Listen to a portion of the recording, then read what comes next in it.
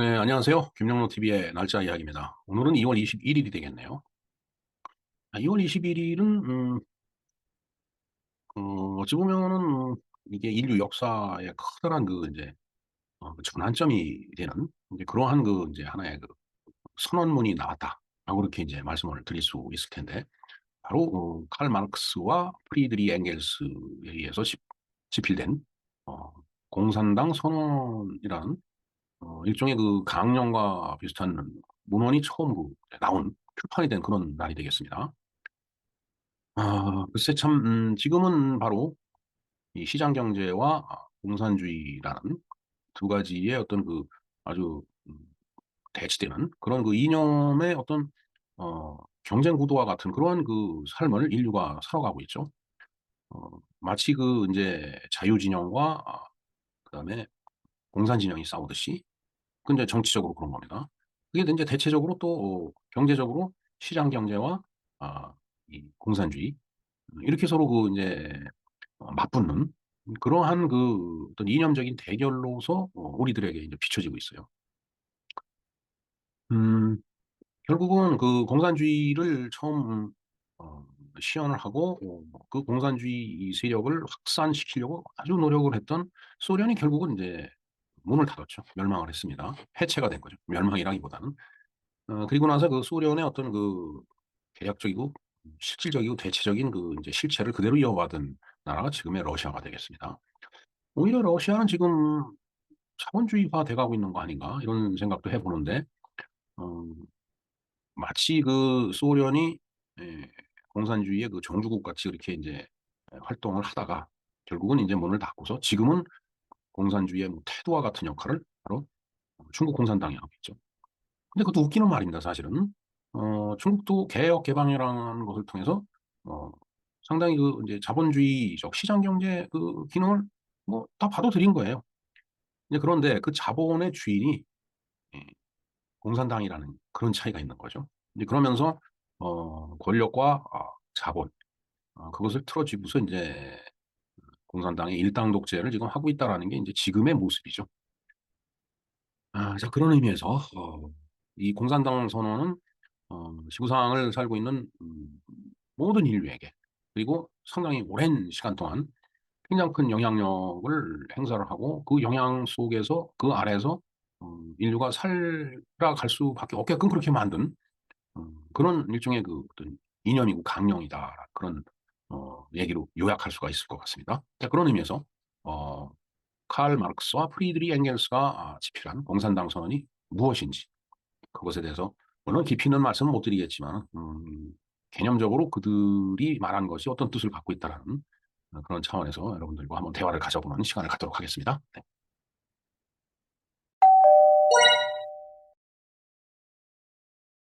네, 공산당 선언에 대해서 그 내용을 알아보겠습니다.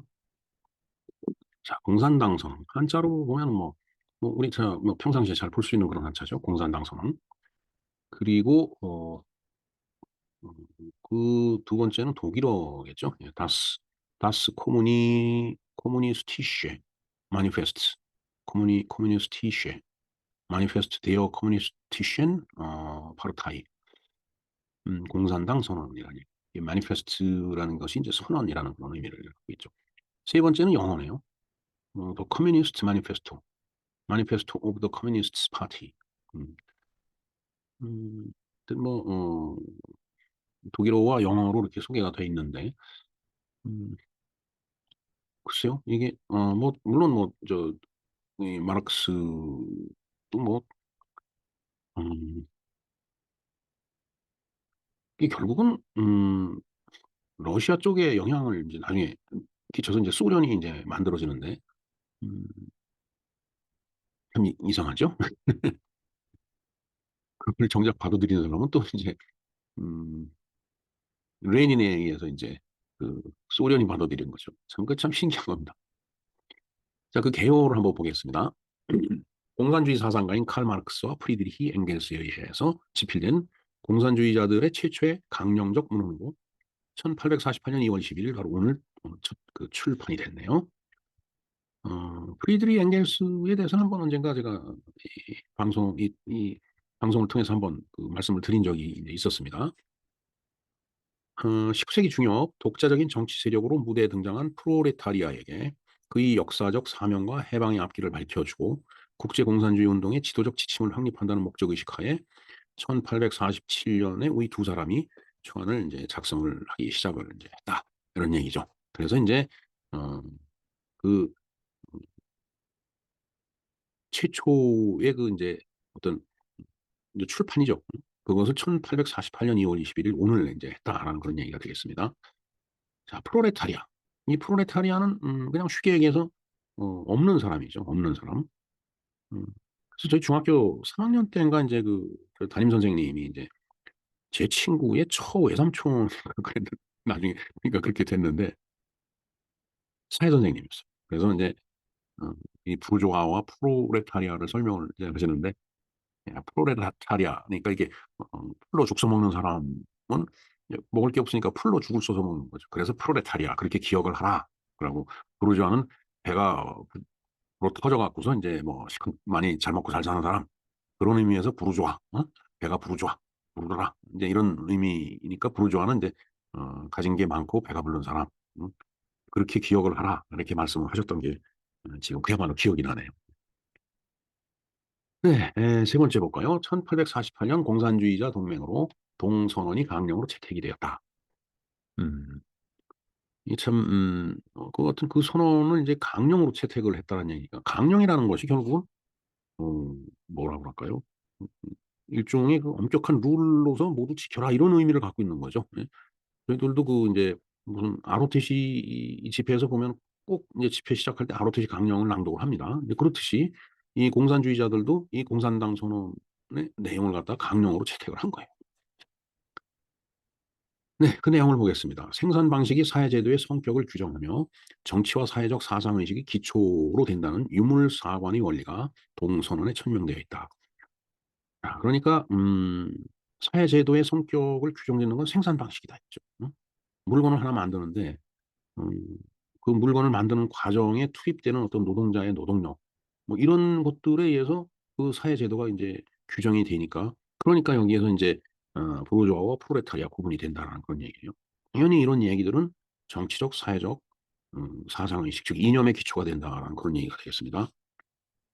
자본주의의 모순, 자본주의 멸망의 불가피성, 사회주의 공산주의 승리의 필연성을 주장하고 있다는 말 이해도 있지만 마르크스는 의 불가피성과 필연성에 대해서 이야기를 하지는 않았다.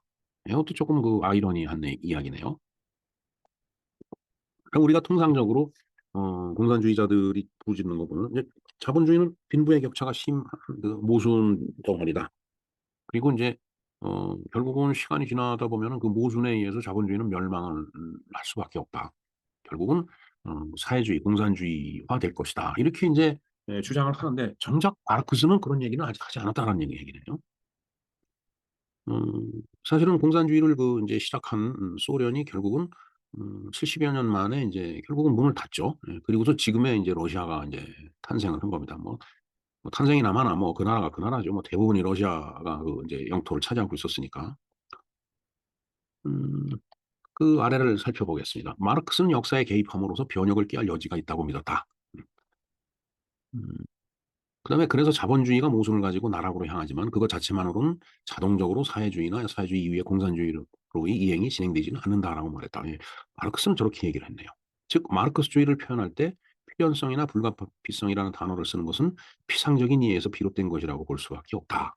예, 그렇게 본다는 얘기는 일종의 그 자본주의가 멸망을 하고 사회주의, 공산주의가 된다라고 하는 것은 음, 그냥 그 내피셜이었다라는 그런 얘기뿐이 안 되네요. 그러니까 희망사항이었다라는 얘기죠. 그러나 희망사항은 희망사항대로 끝나지는 않았어요. 결국은 그 반대로 끝이 지금 나 있는 상태입니다.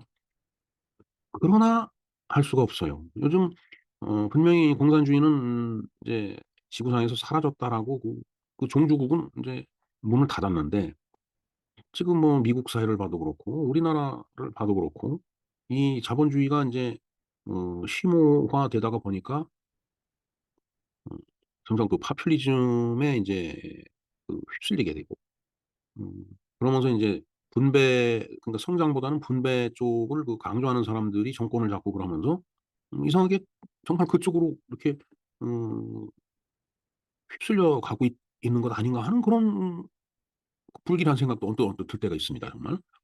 물론 뭐 이 세상이 어떻게 변해갈지는 아무도 아직 모르는데 음 어찌 됐든 마르크스의 주장은 그렇고 우리 현실은 지금과 같다라는 그런 얘기가 되겠습니다.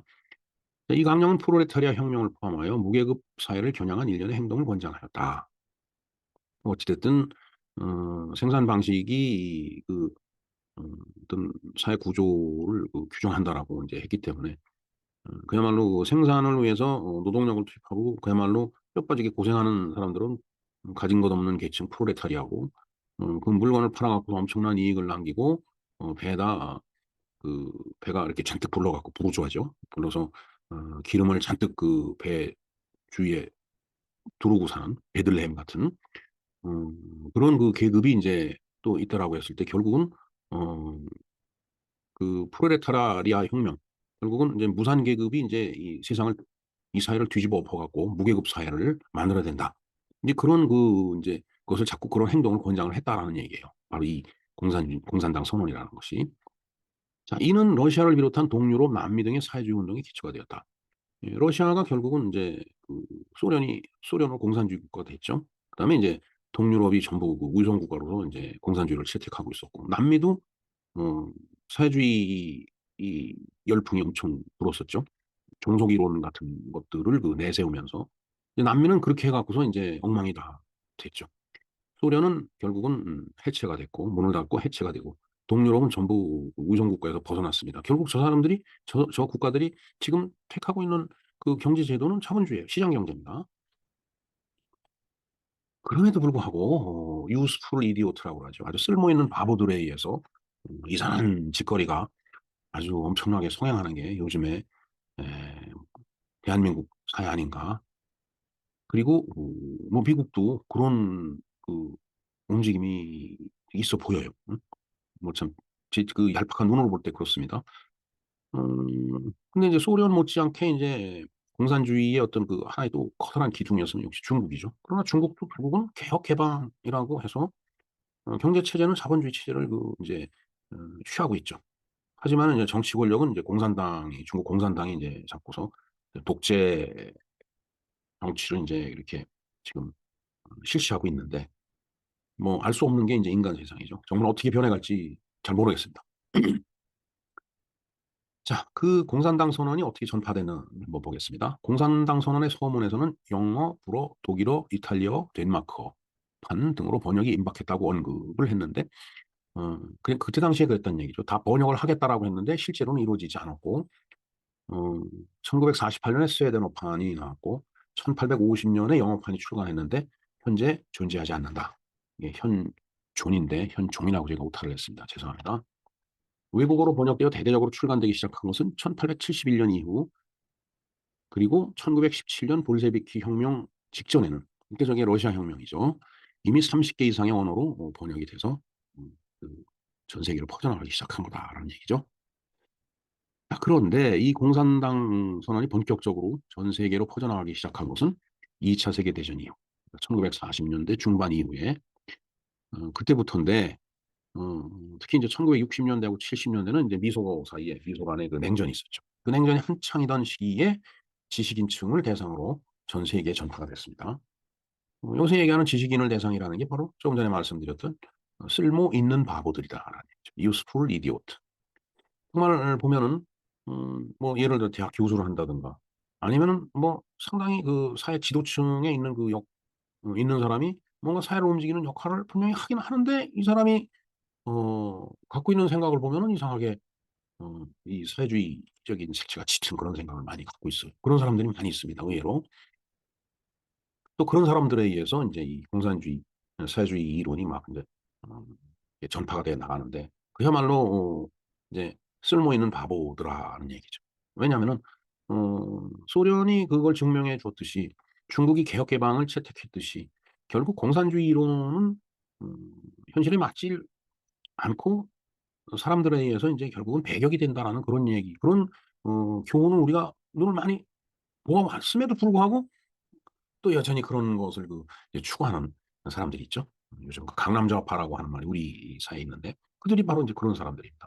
아주 배울 만큼 배웠고, 가질 만큼 가진, 그야말로 부르주아 계층인데, 부르주아 계층인데 그게, 프롤레타리아에서 타도가 될 대상이 아니고, 오히려 그들이, 이런 공산주의, 사회주의를 더 추구하고 있는 그런 정말 웃지 못할, 정말 이상한 그런 이제, 현상이 지금 우리 사회에 현존하고 있는 거죠.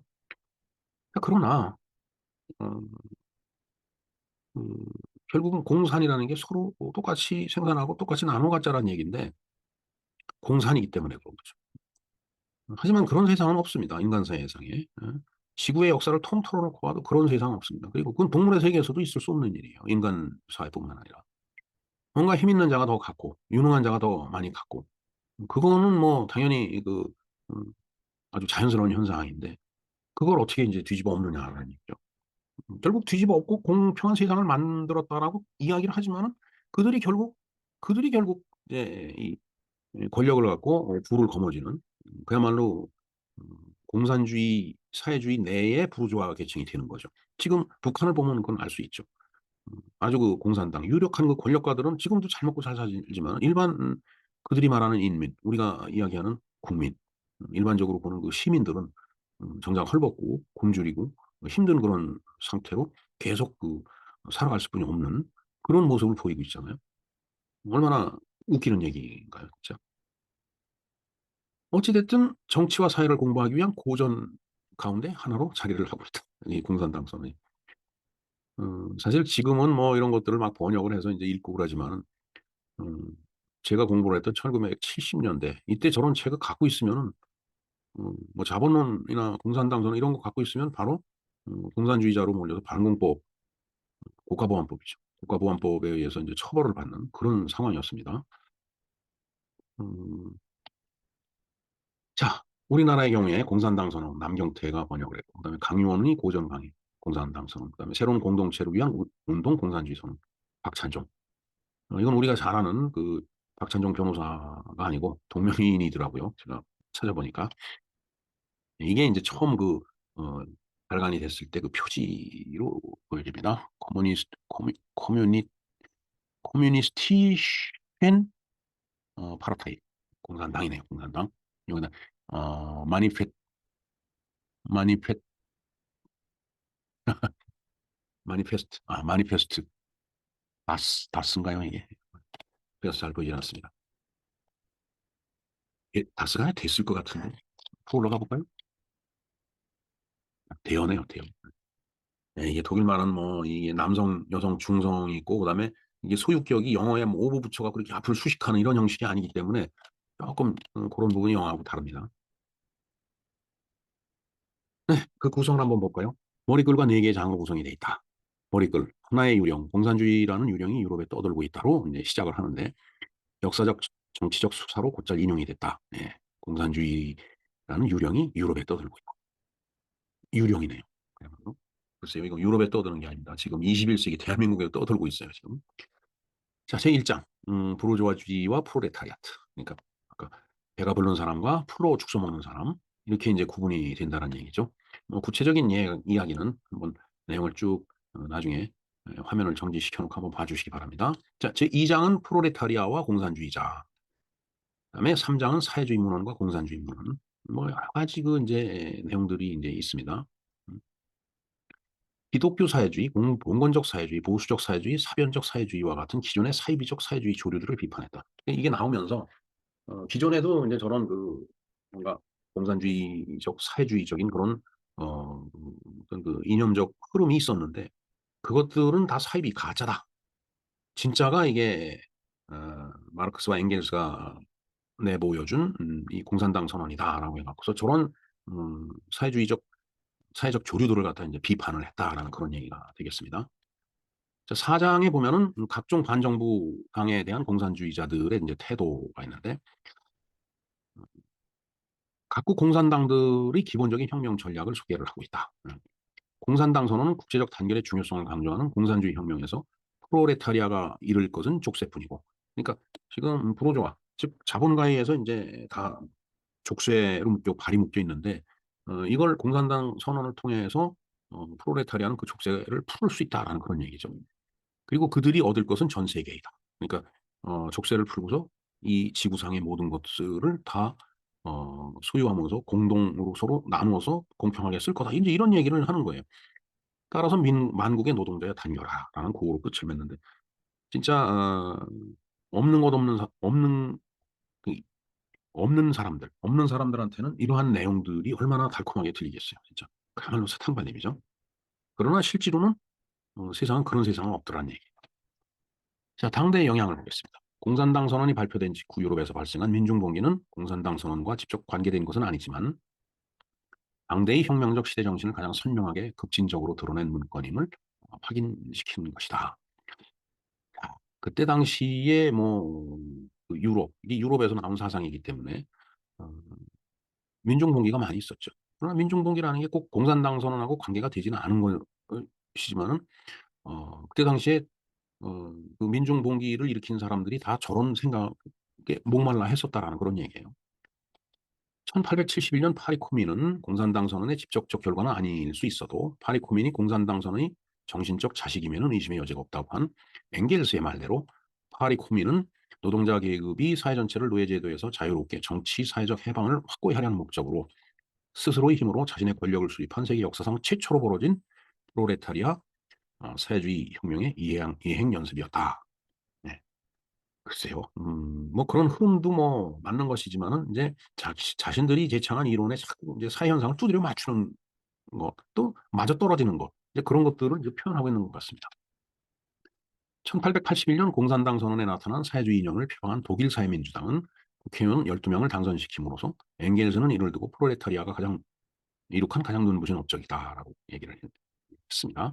즉, 뭔가 이게 음, 정치적으로 음, 국회의원 12명이니까 뭔가 권력을 얻어가는 그 과정이라고 볼 수 있겠죠. 또한 엥겔스는 공산당 선언이 전체 사회주의 문헌 가운데 가장 널리 유포되고 가장 국제적인 작품이며 시베리아에서 캘리포니아에 이르는 모든 나라의 수천만 노동자들에게 인정받는 공동 강령이라고 평을 했다라고 했습니다. 저 말도 틀린 말은 아닐 겁니다. 지금 뭐 우리나라에서 이 노동운동하는 사람들을 보면은 뭐 틀린 말 아니죠. 예. 어느 정도 실현이 됐나 볼까요? 마르크스는 1882년 공산당 선언의 러시아 개정판에서 러시아에서의 혁명 가능성을 언급했다. 결국은 성공을 했죠. 1917년 10월 혁명, 러시아 혁명, 공산당 볼셰비키 혁명에서 최초로 그 이념적 어, 강령을 밑에다 깔고서 혁명이 성공을 한 게 바로 음, 저 러시아 혁명이죠. 그게 결국은 소련이 탄생하는 겁니다. 소련 탄생에 대해서도 언젠가 다 한번 그 말씀을 이제 드린 적이 있습니다. 그러나 레닌에서 스탈린으로 권력이 이양되면서 사태는 역전이 됐다. 예, 레닌이 갑자기 죽었어요. 그다음에 그 마련해 놓은 걸 고스란히 거머쥔 게 스탈린이죠. 스탈린은 우리에게도 굉장한 그 영향을 끼친 인물이죠. 마르크스가 공산당 선언에서 예견했던 개인들이 자유로운 발전이 만민의 자유신장의 조건이 되는 사회가 도래하지가 않았다. 결국은 어, 마르크스는 정말 순수하게 그 공산당 선언을 얘기를 하면서 정말 음, 개인의 발전과 자유 그리고 음, 이제 그런 것들을 획득할 수 있는 그런 사회제도가 될 거라고 이제 믿었는지는 몰라요. 그런 결국 결과적으로는 오지 않았고 결국은 70년 뒤에 문을 닫았다는 얘기죠. 독일에서도 1919년 마르크스주의자들에 의한 봉기가 발생을 했고 총파업 투쟁은 전국적으로 뒤덮었다는 얘기예요. 그다음에 룩셈부르크는 노동자여 행동하라. 용감하고 과감하고 철저하게 행동하라는 고발의 혁명을 시도를 했으나 이제 진압이 되었다라고 하네요. 그리고 사실은 영국도 한때 공산주의가 침투를 했었죠. 음, 그러나 글쎄요, 사회보장제도라고 할까 그런 것들이 영국서 아주 심도 있게 오래전부터 역사적으로 쭉 발전을 해왔기 때문에 어, 저런 길로 빠지지 않고 지금과 같은 형태의 국가를 유지한 거 아닌가 이런 생각을 해봅니다. 자, 68혁명기. 이게 굉장히 유명한 혁명이죠. 68혁명에 대해서도 앞으로 한번 제가 공부를 해서 말씀을 드리는 걸로 하겠습니다. 자, 68혁명은 10년에서 20년간 이상 세계를 뒤흔드는 여파를 끼쳤는데 이는 공산당 선언의 평등 이념이 확실한 복귀자 확장이다. 신좌파는 구좌파와 마찬가지로 부르주아지의 정치적 경제적 착취를 강력히 이제 반대를 했다. 즉 공산당 선언의 복귀를 의미하는 거라는 얘기죠. 글쎄요, 우리가 이거 보면은 야 무슨 그 뚱딴지 같은 소리냐라고 얘기하는지 모르지만 지금 우리 사회에서도 어 노동운동을 하는 그 노조 집단에서 하는 그 짓들을 보면은 뭐 공산당 선언으로 복귀를 한 것 같은 그런 느낌을 줍니다. 동시에 착취 개념을 무한정 확장함으로써 공산당 선언을 한층 발전시켰다. 결국은 부르주아, 배부른 사람, 그다음에 프로레 그 배부른 사람들이 그 아까 생산 그 방식이라고 그랬잖아요. 거기서 그야말로 프롤레타리아의 그 노동력을 갖다 정말 거기다 다 투입을 해 놓고서 음 '착취를 해 간다.'라고 그렇게 인제 지금 생각을 하고 그렇게 개념을 확장을 좀 시켰다라는 얘기죠. 그러니까 공산당 선언이 그들로 봐서는 진짜 절대적인 강령이고 오히려 그걸 더 한층 발전시키는 그런 계기를 6.8 혁명기에 맞이를 한 거고 음 지금은 오히려 더 할 것 같다라는 생각을 해 봅니다. 사회적, 문화적, 관료적, 인종적, 성적 착취 등의 아동 학대까지 거의 모든 사회 문제와 불평등에 대해서 저항을 합니다. 예, 이 사회는 뭐 이제 두 가지 관점으로 보죠. 크게 보아서 기능주의적 관점이 있고 갈등 이론이 있는데 결국은 저 갈등 이론을 채택을 하는 거예요. 서로 불평등하기 때문에 결국은 가진 자와 갖지 못한 자, 권력이 있는 자와 권력이 없는 자 서로 대립하고 갈등하고 서로 싸우고 뭐 그러면서 이 세상은 자꾸 변화 발전되어 간다라는 그런 얘기죠. 그러니까 늘 그들의 입장에서 봤을 때는 투쟁을 해야 되는 겁니다. 음. 근데 반면에 기능주의적인 입장에서 봤을 때는 뭐 사회 구성 요소 하나하나가 정말 성실하고 충실하게 그 삶을 살아간다라면은 '우리 사회도 발전한다.'라는 이제 그런 이야기죠. 글쎄 제가 보면은 일부는 둘 다 맞습니다, 일부는. 또 일부 또 보면 둘 다 틀려요. 자 경구가 있습니다. 뭐 경구 그러니까 뭐 무슨 뭐 어린아이들 경기하는 게 아니고 이 공산당 선언이 나오면서 소위 그 공산주의 사회주의자들에 의해서 만들어진 여러 가지 그 인제 일종의 어록이죠. 그래서 17 번부터 제가 쭉 41 번까지 이렇게 소개를 했는데 뭐 이건 자료에 다 나와 있는 내용들입니다. 한번 쭉 읽어 보시고요. 상당히 그 선동적인 그런 얘기죠. 그래서 인제 공산주의자들은 보면은 목적을 위해서 뭐 모든 게 다 수단이죠. 참 어떤 때 보면 인제 '잔인하다.'라는 생각을 하죠. 인간의 목숨도 그런 그 수단으로 생각을 하기 때문에 실상을 보면은 스탈린이 에 레닌으로부터 모든 권력을 그 인제 물려받은 뒤에 소비에트 연방을 건설하면서 얼마나 많은 사람이 죽었어요. 수많은 노동자들이 이 앞서서 나가서 주먹을 불끈 쥐고 투쟁을 하고 음 그야말로 전투를 벌이고 그러다가 많이 죽고 그랬어도 그들에게 돌아간 것은 저는 없다고 봅니다. 근데 그들에게 돌아가는 게 인제 뭐 많이 있을 수도 있겠죠. 사회에 따라서 국가에 따라서. 근데 그렇게 되다 보면 인제 공멸 쪽으로 가는 것이 음 이 사회주의 공산주의 이론을 실천했던 나라의 어떤 종말이 아닌가 이런 생각을 해 봅니다. 지금 소련은 멸망했지만은 중국이 아주 절하고 있기 때문에 아직 거기에 큰 희망과 기대를 걸고 있는지는 모르겠습니다. 좀 더 세월이 가 보면은 알 수 있겠죠. 예 하여튼 뭐 이렇게 물속에서 인제 예 시원하게 아 바라다 보면 될 것 같아요. 네, 이상 공산당 선언에 대해서 우리가 공부를 해 봤습니다. 물론 상당히 그 이제 깊이 있는 내용이지만은 요것은 제가 링크를 걸어 놓겠습니다. 이렇게 짧은 시간에 뭐 이렇게 제가 몇 말씀 드린다고 해서 이게 쉽게 이해될 수 있는 내용도 아니고 이걸 좀 기회로 해서 많은 공부가 진행이 됐으면 해 봅니다. 그러니까 현실적으로 소련은 해체가 됐죠. 그 우위성 국가들 다 시장 경제를 채택하고 있습니다 지금은.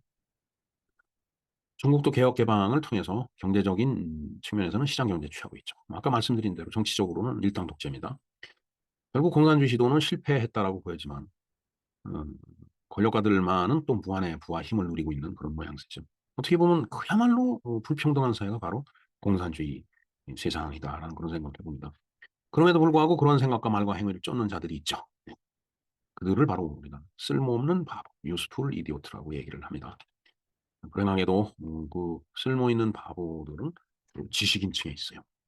그 지식인들의 선동에 의해서 힘없고 빽없는 노동자들은 희생만 당할 뿐이다라는 그런 생각을 해 봅니다. 정말 이렇게 쭉 말씀을 드렸는데 어떻게 해석을 해야 될지 잘 모르겠습니다.